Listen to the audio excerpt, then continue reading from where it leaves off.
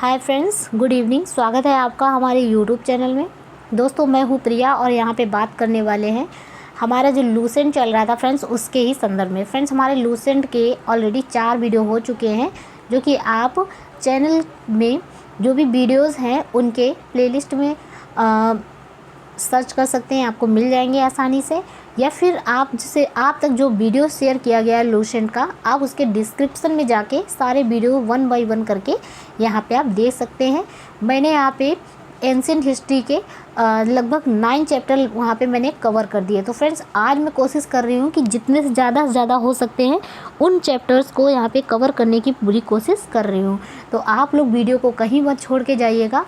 और यदि आपने हमारे जो लास्ट वीडियोज़ जो मैंने अपलोड किए हैं उनको आपने नहीं देखा है, तो प्लीज़ आप चैनल की प्लेलिस्ट विज़िट करके सारे वीडियोज़ वहाँ पे आप देख सकते हैं। ठीक है फ्रेंड्स, और इसी के साथ यदि आप हमारे चैनल पे नए हैं तो प्लीज़ चैनल को ज़रूर से ज़रूर सब्सक्राइब कीजिएगा।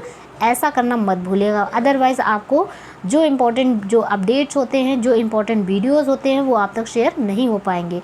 ठीक है फ्रेंड्स, तो चलिए अब हम यहाँ पे अब वीडियो को स्टार्ट करते हैं, जो कि आज हमारा जो नया चैप्टर है उसको हम यहाँ पे डिस्कस करने वाले हैं। और ये फ्रेंड्स हमारा लूसेंट चल रहा है फ्रेंड्स। तो लूसेंट का ही एंशिएंट हिस्ट्री कवर करने की मैं पूरी कोशिश कर रही हूँ। तो यहाँ पे मैं आपसे बात करने वाली हूँ इस्लाम धर्म के बारे में। जी हाँ फ्रेंड्स, इस्लाम धर्म। तो इस्लाम धर्म का उदय कैसे हुआ, ठीक है, कौन इनके संस्थापक थे, ठीक है। और तो ये सारी चीज़ें यहाँ पे इस्लाम धर्म से रिलेटेड जो भी कंटेंट है, जो भी इम्पोर्टेंट फैक्ट है, उन सब को यहाँ पे हम बारीकी से डिस्कस करने वाले हैं। तो वीडियो को कहीं भी छोड़कर मत जाइएगा, पूरा वीडियो इन तक देखिएगा, तो ये आपके लिए काफ़ी ज़्यादा बेनिफिट होगा। तो फ्रेंड, चलिए वीडियो को यहाँ पे स्टार्ट करते हैं। तो फ्रेंड्स, यहाँ पे आप देख सकते हैं कि इस्लाम धर्म, जिसके बारे में अभी हम डिस्कस करने वाले हैं, चैप्टर नंबर है 10। ठीक है, तो देखिए इस्लाम धर्म के जो संस्थापक हैं, सबसे पहले हम उन्हीं से संबंधित बात करेंगे। ठीक है, जैसे कि कोई भी धर्म होता है, रिलीजन होता है, तो उसका एक संस्थापक होता है। जैसे कि हमने पढ़ा बौद्ध धर्म के लिए हमारे गौतम बुद्ध जी, ठीक है, जैन धर्म के लिए महावीर स्वामी जी। इस तरह से ही और भी कुछ इम्पोर्टेंट धर्म हैं जिनके नाम से ही उनको जाना जाता है। ठीक है, तो यहाँ पे इस्लाम धर्म के संदर्भ में भी अगर हम बात करते हैं तो हज़रत मोहम्मद साहब, जिनका नाम आपने आसानी से सुना होगा, बहुत बार सुना होगा, इन्होंने ही इस्लाम धर्म का उदय किया, या फिर संस्थापक यही हैं। ठीक है, इस्लाम धर्म इनसे ही स्टार्ट होता है, इनको ही संस्थापक माना जाता है। हज़रत मोहम्मद साहब का जन्म यदि बात करते हैं तो ये 570 ईसा पूर्व में मक्का में हुआ था। मक्का का नाम सुनकर आपको आसानी से याद आया होगा कि मक्का और मदीना नाम का एक ऐसा धर्म है जो कि मुस्लिम्स का एक पवित्र स्थल माना जाता है। ठीक है, तो यहाँ पे प्रमुख कुरैश कबीले में हुआ था। कुरैश एक कबीला हुआ करता था, तो उसमें इनका जन्म हुआ था हज़रत मोहम्मद साहब जी का। ठीक है, इनके पिताजी का नाम था अब्दुल्ला और माता जी का नाम अमीना था। ठीक है, उनका लालन पालन यदि बात करते हैं तो उनके चाचा अबू तालिब ने किया था। अबू तालिब जो थे उन्होंने ही इनका लालन पालन यानी कि पालन पोषण किया था। ठीक है, हज़रत मोहम्मद साहब को 610 ईस्वी में मक्का के पास हीरा नामक गुफा में ज्ञान की प्राप्ति होती है। ठीक है, तो इनको अगर पूछा जाए कि हज़रत मोहम्मद साहब को ज्ञान की प्राप्ति किस गुफा में होती है, ठीक है, ये गुफा कहाँ पे है, तो फ्रेंड्स देखिए, ये जो गुफा है, पहले से हज़रत मोहम्मद साहब को 610 ईस्वी में मक्का के पास एक हीरा नामक गुफा है, वहाँ पे इनको ज्ञान प्राप्त होता है। और अगर बात करें कि इनका जन्म कब हुआ था, तो 570 ईसा में, ध्यान रखिएगा, 570 ईस्वी में इनका जन्म होता है। ठीक है, और उसके बाद में 40 वर्ष के बाद इनको ज्ञान प्राप्ति होती है, वो भी मक्का में। ठीक है, हीरा नामक गुफा में। अब बात कर लेते हैं यहाँ पे कि 24 सितंबर 622 को पैगंबर के मक्का से मदीना की यात्रा इस्लाम जगत में मुस्लिम संवत या हिजरी संवत के नाम से जाना जाता है। ठीक है, तो इन्होंने देखिए 24 सितंबर 622 को पैगंबर के मक्का में मदीना की यात्रा इस्लाम जगत में मुस्लिम संवत के नाम से या फिर हिजरी संवत के नाम से जानी जाती। ठीक है फ्रेंड्स, तो यहाँ पे एक चीज़ और देख लीजिए, मोहम्मद की अगर शादी की बात करें कि इनकी शादी कब हुई थी, तो 25 वर्ष की अवस्था में खदीजा ठीक है। खदीजा नामक स्थान पे खदीजा नामक स्थान पे एक विधवा के साथ इन्होंने शादी की थी 25 वर्ष की अवस्था में। अब बात करते हैं मोहम्मद की पुत्री का नाम क्या था। तो फ्रेंड्स उनकी पुत्री का नाम था फातिमा और उनके ही जो दामाद थे उनका नाम अली था। ठीक है। देवदूत जिब्रियल ने पैगंबर मोहम्मद साहब को कुरान अरबी भाषा में संप्रेषित की। किसने किया? तो जब्रियल ने किया। ठीक है, जब्रियल ने। उसके बाद में कुरान जो थी वो इस्लाम धर्म का पवित्र ग्रंथ माना जाता था। यह पवित्र ग्रंथ जो है 114 अध्यायों में बटी हुई है, जिसमें 6360 पद हैं। अब बात करते हैं पैगंबर मोहम्मद साहब ने कुरान की शिक्षाओं का उपदेश दिया। जो पैगंबर मोहम्मद साहब थे इन्होंने कुरान की शिक्षाओं का उपदेश दिया। हज़रत मोहम्मद साहब की मृत्यु की बात करते हैं अगर, तो ये 8 जून 632 को हुई थी। 8 जून 632 को हज़रत मोहम्मद की मृत्यु हुई थी। इन्हें मदीना में दफनाया गया था। मोहम्मद साहब की मृत्यु के बाद इस्लाम सुन्नी तथा शिया, ठीक है, सुन्नी तथा शिया नामक 2 पंथों में विभाजित हो गया था। जैसे ही मोहम्मद साहब की मृत्यु होती है तो फ्रेंड्स जो सबसे पहले तो मृत्यु उनकी कब होती है ये याद रखना इम्पोर्टेंट है, इसलिए 8 जून 632 को इनकी मृत्यु होती है और इनको मदीना में दफना दिया गया था। ठीक है, मक्का में जन्म होता है, मदीना में इनको दफनाया गया था, इसलिए मक्का और मदीना दोनों ही काफ़ी ज़्यादा प्रसिद्ध है। ठीक है, और यहाँ पे मोहम्मद साहब की मृत्यु के बाद जो है इस्लाम 2 पार्टों में डिवाइड हो गया। ठीक है, इस्लाम जो है 2 पार्टों में डिवाइड हो जाता है। पहला पार्ट आपका सुन्नी हो जाएगा, दूसरा हो जाएगा शिया। ठीक है, 2 पंथों में बट गया था। सुन्नी उन्हें कहते हैं जो सुन्ना में विश्वास रखते हैं। सुन्ना पैगंबर मोहम्मद साहब के कथनों तथा कार्यों का विवरण है। कथनों और कार्यों का विवरण है। ठीक है फ्रेंड, उसके बाद में शिया की बात कर लेते हैं। शिया अली की शिक्षाओं में विश्वास करते हैं। शिया क्या करते हैं? अली की जो शिक्षाएं हैं उन पर विश्वास करते हैं तथा उन्हें मोहम्मद साहब का न्याय सम्मत उत्तराधिकारी मानते हैं। अली जो थे मोहम्मद साहब के कौन थे? दामाद, जो कि मैंने अभी ऊपर डिस्कस किया था। ठीक है, और उनकी जो एकमात्र पुत्री थी उनका नाम था फातिमा। अब बात कर लेते हैं अली की 661 ईस्वी में हत्या कर दी गई। ठीक है, अली के पुत्र थे हुसैन, इनकी हत्या कर दी गई थी 680 में। ठीक है, पहले 661 में होती है अली की हत्या, उसके बाद में उसके ही 19 वर्ष के बाद उनके ही पुत्र यानी अली के जो पुत्र थे जिनका नाम था हुसैन, ठीक है, हुसैन की भी हत्या कर दी जाती है। ठीक है, करबला जो था आपका इराक में था, करबला नामक स्थान पर कर दी गई थी। ठीक है, इन दोनों हत्या ने शिया को निश्चित मत का रूप दे दिया। इन दोनों हत्याओं ने क्या किया? शिया को एक निश्चित रूप का मत दे दिया। पैगंबर मोहम्मद साहब के उत्तराधिकारी थे खलीफा। क्या नाम था? खलीफा कहलाए। पैगंबर मोहम्मद साहब के जो उत्तराधिकारी थे उनको हम खलीफा के नाम से जानते हैं, यानी खलीफा कहलाए वो लोग। फिर और उसके बाद में इस्लाम जगत में खलीफा पद जो था वो 1924 ईस्वी में तक रहा। ठीक है, इस्लाम जगत में खलीफा पद कब तक रहा? तो 1924 तक जगत में रहा। ठीक है, उसके बाद में 1924 ईस्वी में इसे तुर्की के शासक मुस्तफ़ा, ठीक है, इनका नाम था कमाल पाशा, ने समाप्त कर दिया। ठीक है, अब हम बात करते हैं इब्न इशाक ने सर्वप्रथम पैगंबर साहब का जीवन चरित्र लिखा। मोहम्मद साहब पैगंबर के जन्मदिन पर ईद ए मिलाद उन नबी पर्व मनाया जाता है। ठीक है, मोहम्मद साहब पैगंबर के जन्मदिन पर ईद ए मिलाद या उन नबी पर्व मनाया जाता है। पैगंबर साहब के जन्म की खुशी में ईद ए मिलाद या उन नबी पर्व। ठीक है, उसके बाद में भारत में सर्वप्रथम इस्लाम का जो आगमन है वो अरबों के जरिए हुआ था। ठीक है, वो भारत में आए अरबी लोग, तो इस्लाम धर्म भारत आया 712 ईस्वी में। अरबों ने सिंध जीत लिया और सबसे पहले भारत के इसी भाग में इस्लाम एक महत्वपूर्ण धर्म बन गया। ठीक है फ्रेंड्स, तो यहाँ पे इस्लाम इसीलिए सिंध में सबसे पहले फैल गया। अब बात करते हैं, एक नोट पॉइंट है उसको देख लेते हैं। नमाज के दौरान मुसलमान मक्का की तरफ मुंह करके खड़े होते हैं। भारत में मक्का पश्चिम की ओर पड़ता है। मक्का की ओर की जो दिशा है वो किबला कहा जाता है। किबला क्या कहलाती है? जो मक्का की ओर दिशा है उसको हम किबला के नाम से जानते हैं, जो कि हमारी भारत में पश्चिम की ओर पड़ती है। ठीक है फ्रेंड, अब हम बात कर लेते हैं फ्रेंड्स यहाँ पे ईसाई धर्म की।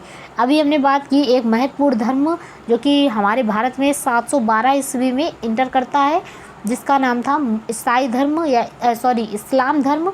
ठीक है, तो अब हम बात कर लेते हैं फ्रेंड्स यहाँ पे ईसाई धर्म। ईसाई धर्म यानी कि जो क्रिश्चियंस है रिलीजन, वो हमारे इंडिया में कैसे पहुंचा या फिर उसका क्या हिस्ट्री है, इन सारी चीज़ों को यहाँ पे हम जानने वाले हैं। ठीक है, वीडियो को पूरा देखिएगा, प्लीज़ मत छोड़ के जाइएगा। काफ़ी ज़्यादा इंटरेस्टिंग लग रहा होगा, आई होप आप लोगों को।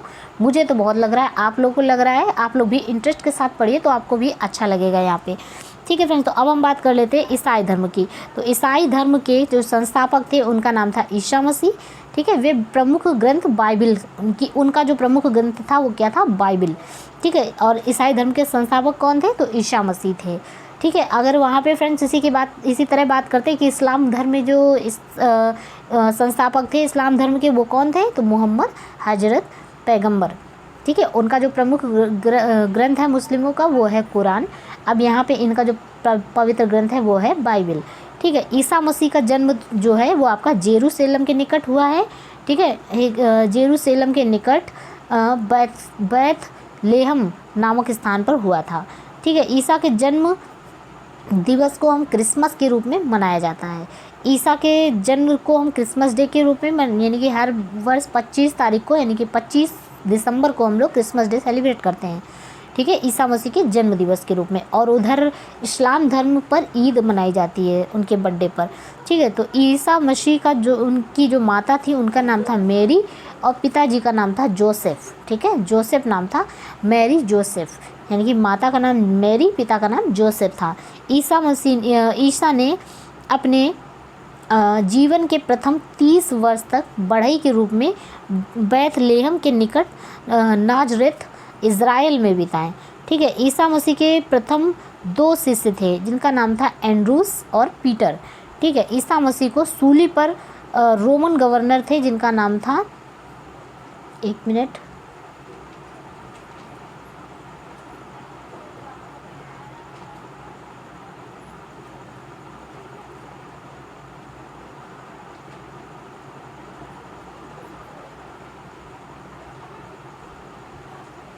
ठीक है, तो ईसा मसीह को सूली पर रोमन गवर्नर जिनका नाम था पोंटियस, इन्होंने चढ़ाया।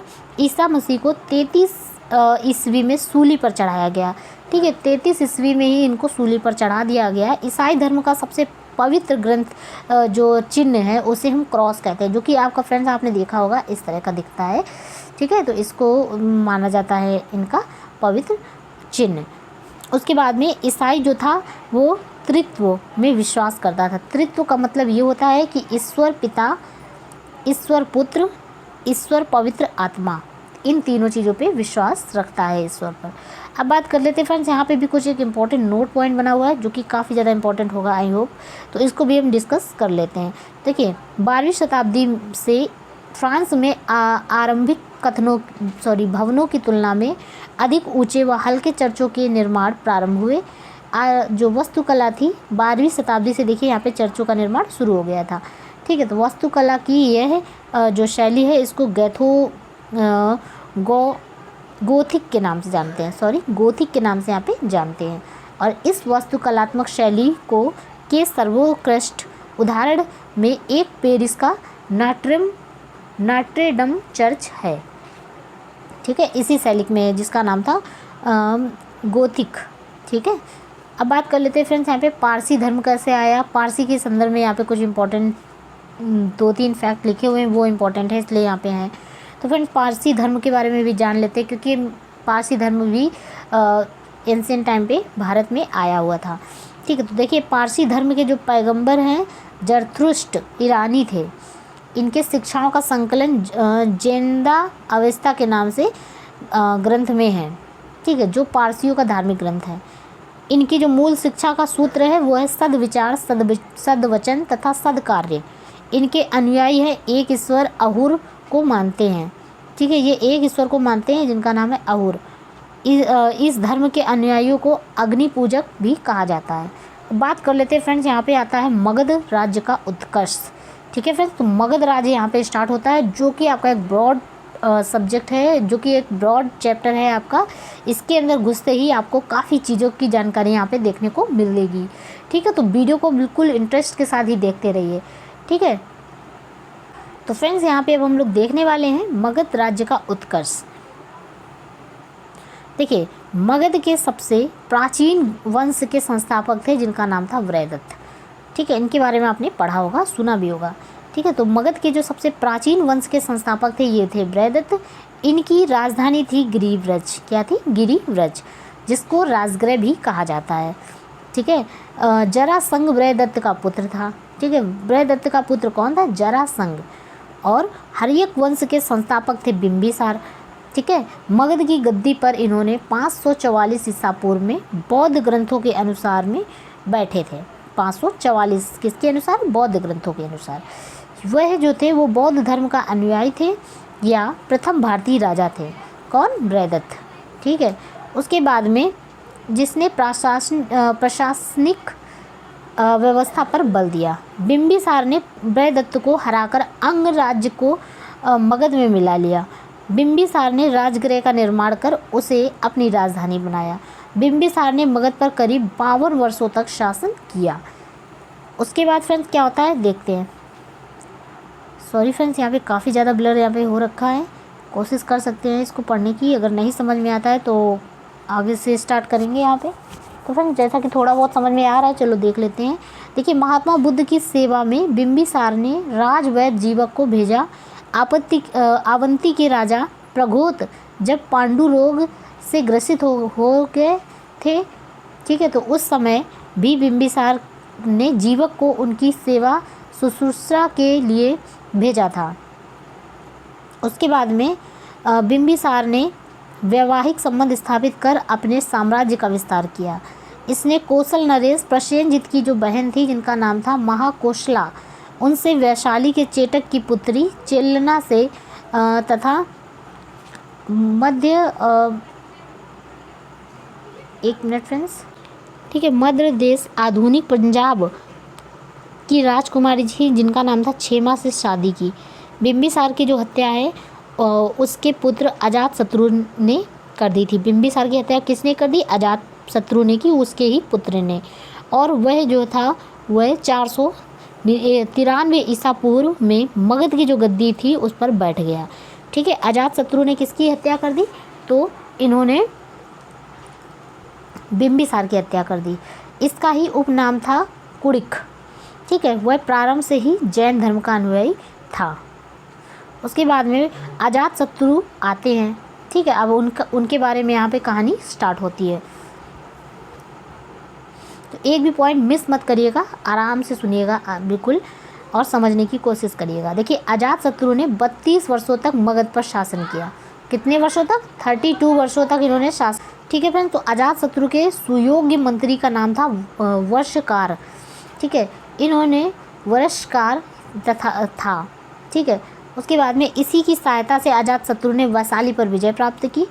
461 ईसा पूर्व में अपने पिता की हत्या कर उदयन मगध की गद्दी पर बैठ गया। ठीक है, अब अजातशत्रु को मारने वाला भी उसका ही पुत्र था जिसका नाम था उदयन। इन्होंने क्या किया? अपने पिता को मारा और गद्दी पर बैठ गए।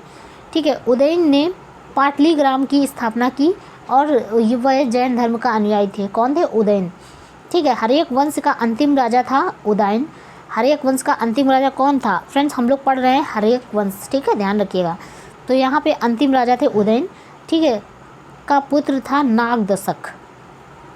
ठीक है, उसके बाद नागदशक को उसके आमत्य शिशुनाग ने, अब नागदशक के जो आमत्य थे जिनका नाम था शिशुनाग, इन्होंने 412 ईस्वी पूर्व में आपदस्थ करके मगध पर शिशुनाग वंश की स्थापना की।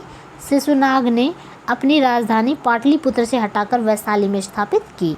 शिशुनाग का उत्तराधिकारी कालाशोक पुनः राजधानी को पाटलिपुत्र ले गया। ठीक है। शिशुनाग वंश का अंतिम राजा था नंदीवर्धन। शिशुनाग वंश का जो अंतिम राजा वो कौन था? नंदीवर्धन। अब बात कर लेते हैं फ्रेंड्स यहाँ पे नंद वंश की। अब आते हैं फ्रेंड्स नंद वंश। नंद वंश का जो संस्थापक था महापद्मानंद थे। अपने अंतिम शासक इनके जो अंतिम शासक थे धनानंद था और यह सिकंदर का समकालीन था और इसे चंद्रगुप्त मौर्य ने युद्ध में पराजित किया और मगध पर एक नए वंश की जिसका नाम था मौर्य वंश इसकी स्थापना की गई। अब फ्रेंड्स यहाँ पे हम बात कर लेते हैं सिकंदर के बारे में। सिकंदर क्या थे और उनके संदर्भ में जो भी इंपॉर्टेंट फैक्ट है वहाँ पे इनको हम डिस्कस करेंगे। ठीक है, आई होप आप लोगों को वीडियो काफ़ी इंटरेस्टिंग लग रहा होगा। ठीक है, देखिए सिकंदर का जो जन्म है वो 356 ईस्वी में हुआ था। इनके पिता का नाम था फिलिप। ठीक है, फिलिप जो थे आपके 359 ईसा पूर्व में मकदूनिया का शासक बना। इनकी हत्या जो है 329 ईसा पूर्व में कर दी गई। सिकंदर जो थे वो अरस्तु का शिष्य था। सिकंदर कौन थे? अरस्तु का शिष्य था। उसके बाद में सिकंदर ने भारत विजय का अभियान जो है 326 ईस्वी पूर्व में प्रारंभ किया। सिकंदर का जो सेनापति था उसका नाम था सेल्यूकस निकेटर। ठीक है, सिकंदर को पंजाब के शासक पोरस के साथ युद्ध करना पड़ा। ठीक है, जिसे हाइडेस्पीस के युद्ध या झेलम वितस्ता का युद्ध के नाम से जाना जाता है। सिकंदर की जो सेना थी वो व्यास नदी के पश्चिमी तट पर पहुंचकर उसे पार करने से इनकार कर दिया। उसके बाद में सिकंदर जो थे उन्होंने स्थल मार्ग द्वारा 325 ईसा पूर्व में भारत से लौटा। ठीक है, 325 में इन्होंने स्थल मार्ग से भारत से लौटे। उसके बाद में सिकंदर की जो मृत्यु है 333 ईसा पूर्व में बेबीलोन में 33 वर्ष की अवस्था में हो जाती है। ठीक है, उसके बाद में सिकंदर का जो जल सेनापति था उनका नाम था निरयाकस। ठीक है, सिकंदर का प्रिय घोड़ा था जिसका नाम था बाऊ केफला था। इसी के नाम पर उसने झेलम नदी के तट पर बाऊ केफला नामक नगर बसाया। ठीक है, झेलम के तट पर बाऊ केफला नामक नगर बसाया। अब फ्रेंड्स हमारा आता है मौर्य साम्राज्य। ठीक है, तो यहाँ पे अब हम लोग देखने वाले हैं मौर्य साम्राज्य से संबंधित बहुत इंपॉर्टेंट फैक्ट। ठीक है फ्रेंड्स, तो देखिए मौर्य वंश का जो संस्थापक था वो था चंद्रगुप्त मौर्य। का जन्म जो है आपका 345 ईसा पूर्व में हुआ था। जस्टिन ने चंद्रगुप्त मौर्य को सेंड्रोकोट्स कहा था, जिसकी पहचान जो है विलियम जोन्स ने चंद्रगुप्त मौर्य से की है। विशाखदत्त कृत मुद्रा राक्षस में चंद्रगुप्त मौर्य के लिए वृषल आशय निम्न कुल में उत्पन्न हुए जी। ठीक है, और यहाँ पे शब्द का प्रयोग किया गया है, वृषल शब्द का। अब बात कर लेते हैं धनानंद को हराने में चाणक्य ने कौटिल्य विष्णुगुप्त देखिए चाणक्य का जो है नाम था कौटिल्य और विष्णुगुप्त भी था। ठीक है, तो इन्होंने चंद्रगुप्त मौर्य की मदद की थी धनानंद को हराने के लिए, जो बाद में चंद्रगुप्त का प्रधानमंत्री बन गए थे बाद में। ये इन्होंने क्या किया, लिखित एक पुस्तक है जिसका नाम है अर्थशास्त्र, जो कि मोस्टली फ्रेंड्स आज हम लोग भी पढ़ते हैं इसे, जिसका जो संबंध है वो किससे है? राजनीति से है। चंद्रगुप्त मगध की जो राजगद्दी है इस पर 322 ईसा पूर्व में बैठा। चंद्रगुप्त जैन धर्म के अनुयायी थे और चंद्रगुप्त ने अपना अंतिम समय जो कर्नाटक के श्रवणबालगोला में बेलगोला नामक स्थान पर बिताया था। ठीक है, किसने? चंद्रगुप्त ने। अब फ्रेंड्स यहाँ पे हम बात कर लेते हैं चंद्रगुप्त ने 305 ईसा पूर्व में सेल्यूकस निकेटर को हराया। सेल्यूकस निकेटर ने अपनी पुत्री कर्नेलिया की शादी जो है चंद्रगुप्त मौर्य के साथ कर दी थी और युद्ध की संधि शर्तों के अनुसार 4 प्रांत जो कि काबुल, कांधार, हेरात और मकरान चंद्रगुप्त को दिए गए थे। चंद्रगुप्त मौर्य ने जैनी गुरु भद्रबाहु से जैन धर्म की शिक्षा ली। उसके बाद में जो हमारे मेगास्थनीज जो थे उन्होंने सेल्यूकस निकेटर का राजदूत था।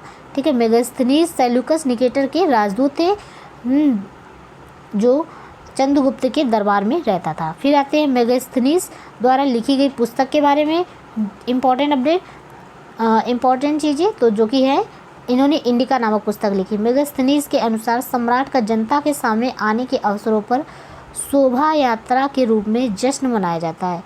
उन्हें एक सोने के पालकी में ले जाया जाता है। उनके अंगरक्षक सोने और चांदी के अलंकृत हाथियों पर सवार रहते हैं। कुछ अंगरक्षक पेड़ों को लेकर चलते हैं और इन पेड़ों पर प्रशिक्षित तोतों का झुंड रहता है जो सम्राट के सिर के चारों तरफ चक्कर लगाता है रहता है। राजा जो थे सामान्यतः हथियारबंद महिलाओं से घिरे होते थे। उनके खाने के पहले खास नौकर उन्हें चख के देखते थे। उसके बाद में वे लगातार 2 रात तक एक ही कमरे में नहीं सोते थे। पाटलिपुत्र के बारे में, पाटलिपुत्र एक विशाल प्राचीर से घिरा था जिसमें 570 बुर्ज और 64 द्वार थे। ठीक है, 570 बुर्ज थे और 64 द्वार थे। ठीक है, 2 और 3 मंजिल वाले घर में लकड़ी और कच्ची ईंटों से बने थे। राजा का जो महल था वो काठ का बना था जिसे पत्थर की नक्काशी से अलंकृत किया गया था। ये चारों तरफ से उद्यानों और चिड़ियों के लिए बने बसेरे से घिरा हुआ था। उसके बाद में चंद्रगुप्त मौर्य और सेल्यूकस के बीच एक युद्ध हुआ। ठीक है, चंद्रगुप्त और सेल्यूकस के बीच हुए युद्ध का जो वर्णन है वो कहाँ पे दिया गया है? एपियानस में दिया गया है। ठीक है, अब प्लूटार्क के अनुसार चंद्रगुप्त ने सेल्यूकस को 500 हाथी उपहार में दिए थे। किसने दिया था? चंद्रगुप्त ने दिया था सेल्यूकस को 500 हाथी उपहार में। चंद्रगुप्त की मृत्यु जो है 298 ईसा पूर्व में श्रवण बेलगोला में उपवास के दौरान हो गई थी। अब बात कर लेते हैं फ्रेंड्स, उनका ही पुत्र आता है चंद्रगुप्त मौर्य का, जिनका नाम था बिंदुसार। अब बात कर लेते हैं यहाँ पे बिंदुसार के संदर्भ में। देखिए, चंद्रगुप्त मौर्य का जो उत्तराधिकारी था वो थे बिंदुसार। इन्होंने 298 ईसा पूर्व में मगध की गद्दी पर बैठे और इसे अमितघात के नाम से भी जाना जाता है। क्वेश्चन एक बहुत ज़्यादा पूछा जाता है ये कि अमितघात के नाम से किसे जाना जाता है? तो फ्रेंड्स, ये थे बिंदुसार जिनको अमितघात के नाम से जाना जाता है। अमितघात का जो अर्थ है वो है शत्रु विनाशक। ठीक है, अब बात कर लेते हैं जो हमारे बिंदुसार हैं इनके संदर्भ में। देखिए, बिंदुसार जो थे वो आजीवक संप्रदाय का अनुयायी थे। बिंदुसार कौन थे? हमारे आजीवक संप्रदाय के अनुयायी थे। ठीक है, आजीवक संप्रदाय की जो स्थापना है वो मक्खली गोसाल ने की थी। अब बात कर लेते हैं, वायु पुराण में बिंदुसार को भद्रसार या वारी सार के नाम से कहा गया है। वारिसार या फिर भद्रसार कहा गया वायु पुराण में। अब बात करते हैं स्ट्रैबो के अनुसार सीरियन नरेश, जिनका नाम था एंटियोकस, इन्होंने बिंदुसार के दरबार में डायमेकस नामक राजदूत भेजा। ठीक है, इसे ही मेगास्थनीस का उत्तराधिकारी माना जाता है। जैन ग्रंथों में बिंदुसार को सिंहसेन कहा गया है।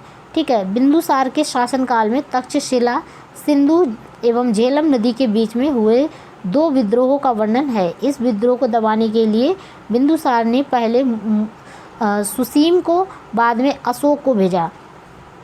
अब है एथिनियस के अनुसार बिंदुसार ने सीरिया के शासक एंटियोकस से मदिरा, सूखे अंजीर और एक दार्शनिक भेजने की प्रार्थना की।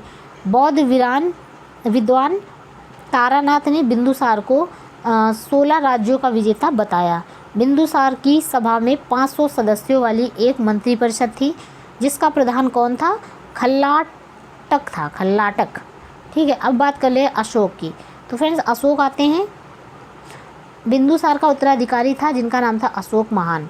इनके बारे में तो सभी लोग जानते हैं, जो कि 269 ईसा पूर्व में मगध की राजगद्दी पर बैठे थे। अशोक की माता का नाम था सुभद्रांगी। ठीक है, दिव्यावदान के अनुसार राजगद्दी पर बैठने के समय अशोक जो थे वो अवंती के राज्यपाल थे। मास्की, गुर्जरा, नेतुर और उड्डेगोलम के लेखों में जो अशोक है इनका नाम का उल्लेख मिलता है। उसके बाद में बात कर लेते हैं कर्नाटक के जो गुलबर्गा है इस ज़िले में फनगनहल्ली से प्राप्त उभारदार मूर्ति शिल्प रिलीज स्कल्पचर शिलालेख ने अशोक के प्रस्तर रूप चित्र के रूप में रान्यो अशोक, राजा अशोक के उल्लेखित है। ठीक है, भाब्रू अभिलेख में अशोक ने स्वयं को मगध का राजा बताया। किस अभिलेख में अशोक ने स्वयं को मगध का राजा बताया है? तो भाब्रू अभिलेख में। अब बात कर लेते हैं, पुराणों में अशोक को अशोकवर्धन कहा गया है। पुराणों में अशोक को क्या कहा गया है? अशोकवर्धन कहा गया है। अशोक ने अपने अभिषेक के 8 वर्ष के बाद लगभग 261 ईसा पूर्व में कलिंग पर आक्रमण किया था। कलिंग की राजधानी थी तोसली। ठीक है, तोसली पर अधिकार कर लिया था उल्लेख इसका किसमें मिलता है, तो 13वें शिलालेख में मिलता है। प्लिनी का कथन है, प्लिनी जो थे वो मिस्र के राजा फिलाडेल्फस टालमी द्वितीय ने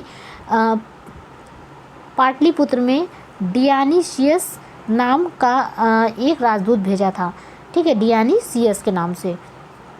अब है उपगुप्त है, जिनका नामक बौद्ध भिक्षु ने अशोक को बौद्ध धर्म की शिक्षा दी। अशोक पहले ब्राह्मण धर्म का अनुयायी था। कलहर ने राजतरंगिणी से पता चलता है कि वह शैव धर्म का उपासक था। निग्रोध के प्रवचन सुनकर अपने बौद्ध धर्म को अपना लिया। अहरोरा लेख में यह घोषणा की गई है कि अशोक जो थे व्यक्तिगत रूप से बौद्ध धर्म के अनुयायी थे। अशोक के प्रमुख शिलालेख हैं जिसमें वर्णित विषय हैं। ठीक है, पहला शिलालेख है जिसमें पशु बलि की निंदा की गई है। दूसरा है देखिए पहले में पशु बलि की निंदा की गई है, यानी कि पशुओं को मारना, उनकी बलि देना गलत है। फिर दूसरा है फ्रेंड्स मनुष्य व पशु दोनों की चिकित्सा व्यवस्था का उल्लेख है। ठीक है, पहले में बलि देने के लिए, उसके दूसरे में मनुष्य और दोनों की चिकित्सा व्यवस्था की गई है। तीसरे में फ्रेंड्स है जिसमें राजकीय अधिकारियों को यह आदेश दिया गया है कि वे हर 5वें वर्ष के उपरांत दौरे पर जाएं। इसमें कुछ धार्मिक नियमों का भी उल्लेख है। चौथा है फ्रेंड्स इसमें भेरी घोष की जगह धम्म घोष की घोषणा की गई है।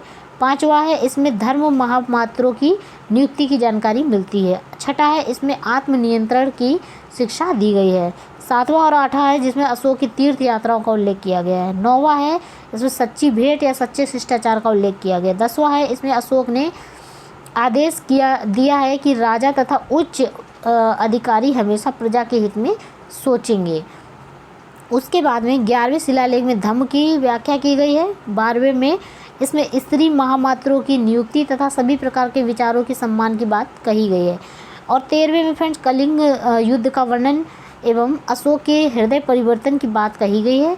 इसी में 5 यवन राजाओं के नामों का उल्लेख किया गया है, जहां इसमें धम्म प्रचारक भेजे। 14वां फ्रेंड्स है अशोक ने जनता को धार्मिक जीवन में बिताने के लिए प्रेरित किया हुआ है। तो फ्रेंड्स ये थे 14 महत्वपूर्ण शिलालेख जिनका संदर्भ यहाँ पे जिनका जो है हमने वर्णन किया है।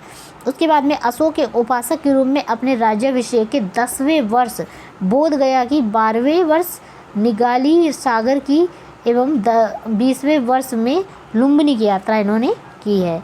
अशोक ने आजीविकों को रहने हेतु बराबर की पहाड़ियों में 4 गुफाओं का निर्माण भी कराया था, जिनका नाम था कर्ज, चौपार, सुदामा, विश्व झोपड़ी था।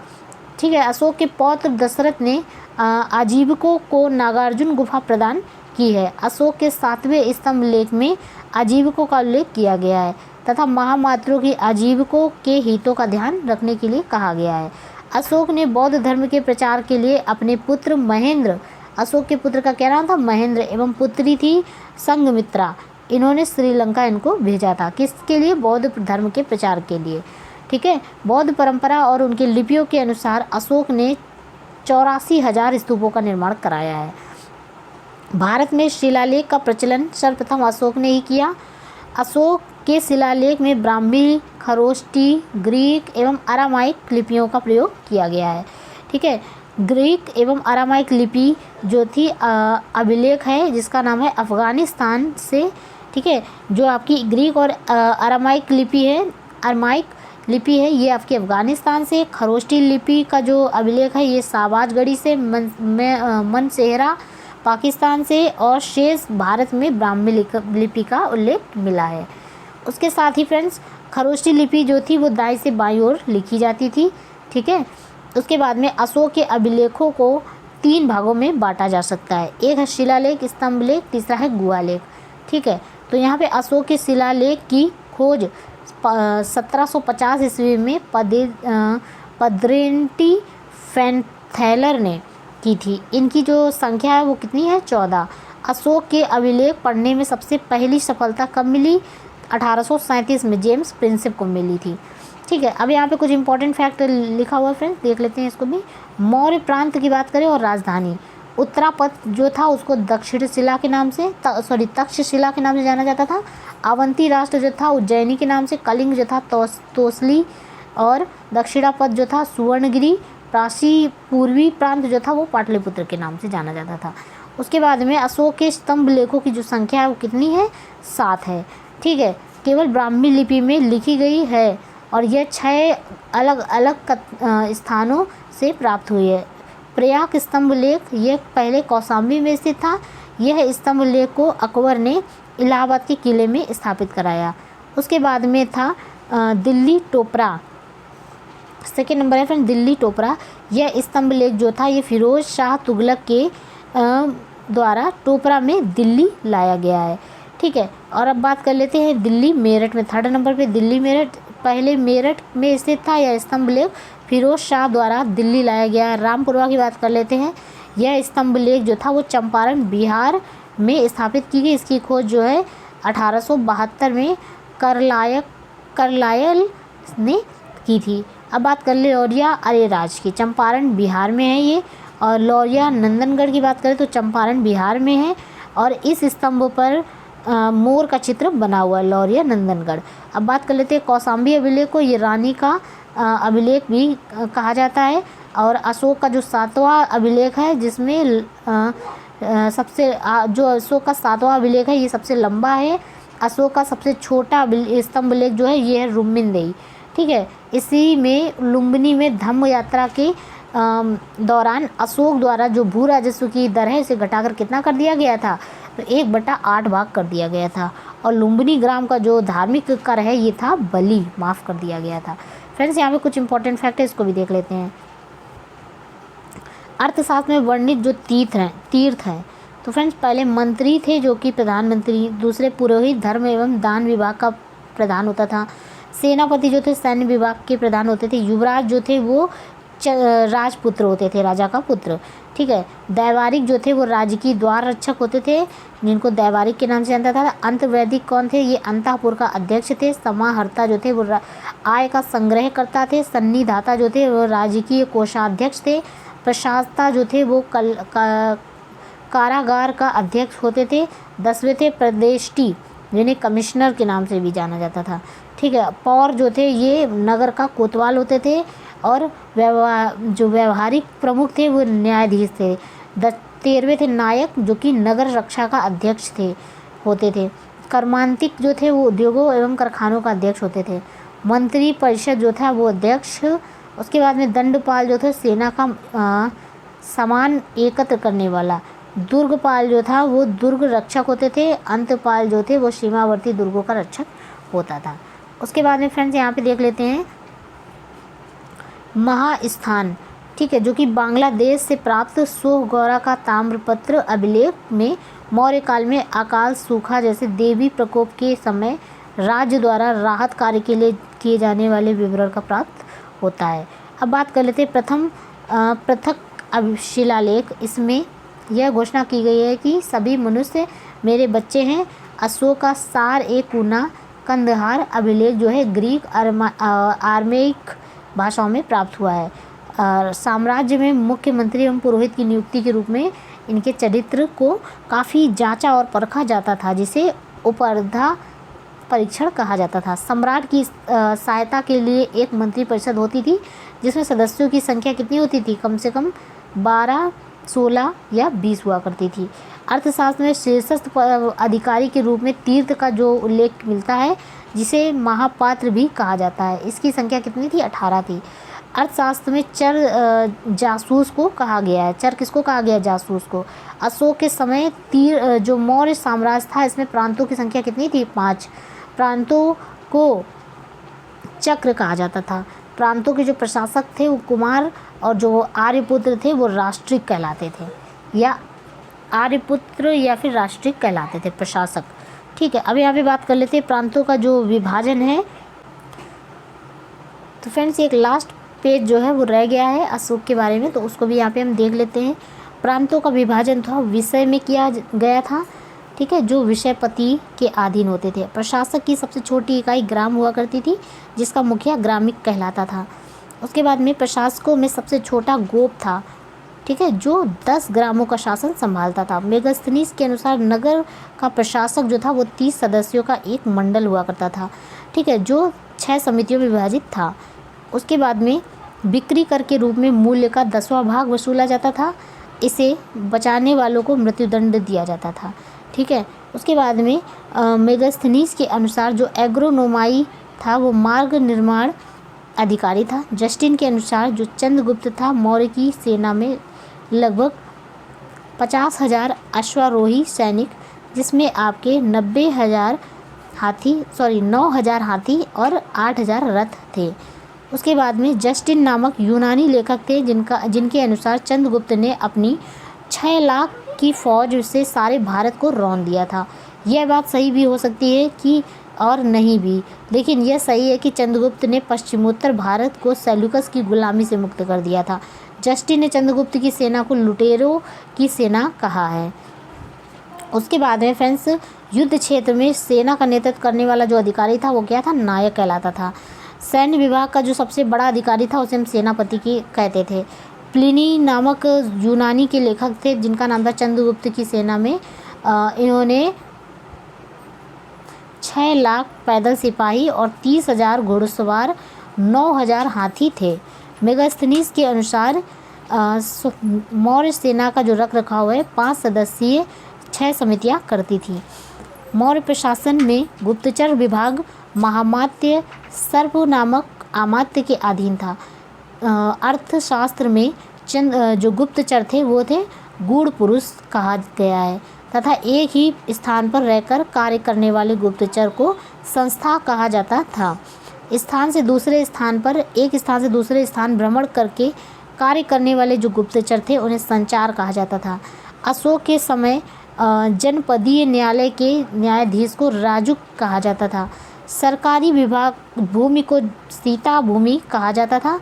बिना वर्षा के अच्छी खेती होने वाली जो भूमि है उसे आदेव मात्रक कहा जाता था। मौर्य काल में द्रोण अनाज के माप के लिए उपयोग होता था। ठीक है, द्रोण। मेगास्थनीज ने भारतीय समाज को 7 वर्गों में विभाजित किया है। पहला है दार्शनिक, किसान, दूसरा आहिर, तीसरा कारीगर, चौथा सैनिक, 5वां निरीक्षक, छठा और महासद, ये 7वां है। उसके बाद में स्वतंत्र वेश्यावृत्ति को अपनाने वाली जो महिला थी रूपा जीवा कहलाती थी। ठीक है। नंद वंश के विनाश करने में चंद्रगुप्त मौर्य ने कश्मीर के राजा पर्वतक से सहायता प्राप्त की। मौर्य शासक जो थे जिनका 137 वर्षों तक रहा। ठीक है, मौर्य शासन 137 वर्षों तक रहा।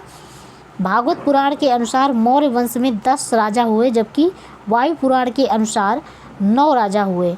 मौर्य वंश का जो अंतिम शासक था वो था बृहदत्त। इसकी हत्या इसके सेनापति थे जिनका नाम था पुष्यमित्र शुंग। इन्होंने 185 ईसा पूर्व में कर दी थी, 185 ईसा पूर्व में। ठीक है, और मगध पर शुंग वंश की नींव डाली गई। अशोकाराम विहार जो था वो पाटलिपुत्र में ही था। उसके बाद में फ्रेंड्स यहाँ पे कुछ इंपॉर्टेंट फैक्ट है, इनको भी यहाँ पे हम डिस्कस कर लेते हैं। देखिए, कुछ प्रशासनिक समिति एवं उनके कार्य हैं। देखिए, जो प्रथम थी उसका उद्योग एवं शिल्प कार्य का निरीक्षण था। दूसरी समिति थी विदेशियों की देखरेख के लिए। तीसरी थी जन्म मरण का विवरण रखना। ठीक है। उसके बाद में चतुर्थ जो थी व्यापार एवं वाणिज्य की देखभाल के लिए। 5वीं जो थी वो निर्मित वस्तुओं के विक्रय के निरीक्षण के लिए। 6वीं थी बिक्री कर वसूल करने के लिए। अब फ्रेंड्स यहाँ पे हम बात कर लेते हैं सैन्य समिति एवं उनके कार्यों से संबंधित। देखिए, सैन्य समिति उनसे कार्यों से संबंधित है। समिति और कार्य प्रथम थे जल सेना की व्यवस्था के लिए। द्वितीय थी यातायात एवं रसद की व्यवस्था के लिए। तृतीय है पैदल सैनिकों की देखरेख के लिए। चतुर्थ है अश्वारोहियों की सेना की देखरेख के लिए। पंचम थी गज सेना की देखरेख के लिए। 6वीं थी रथ सेना की देखरेख के लिए। तो फ्रेंड्स ये था हमारा इम्पोर्टेंट लूसेंट का जो फैक्ट थे उनको मैंने यहाँ डिस्कस किया। आई होप आप लोगों को वीडियो पसंद आई होगी।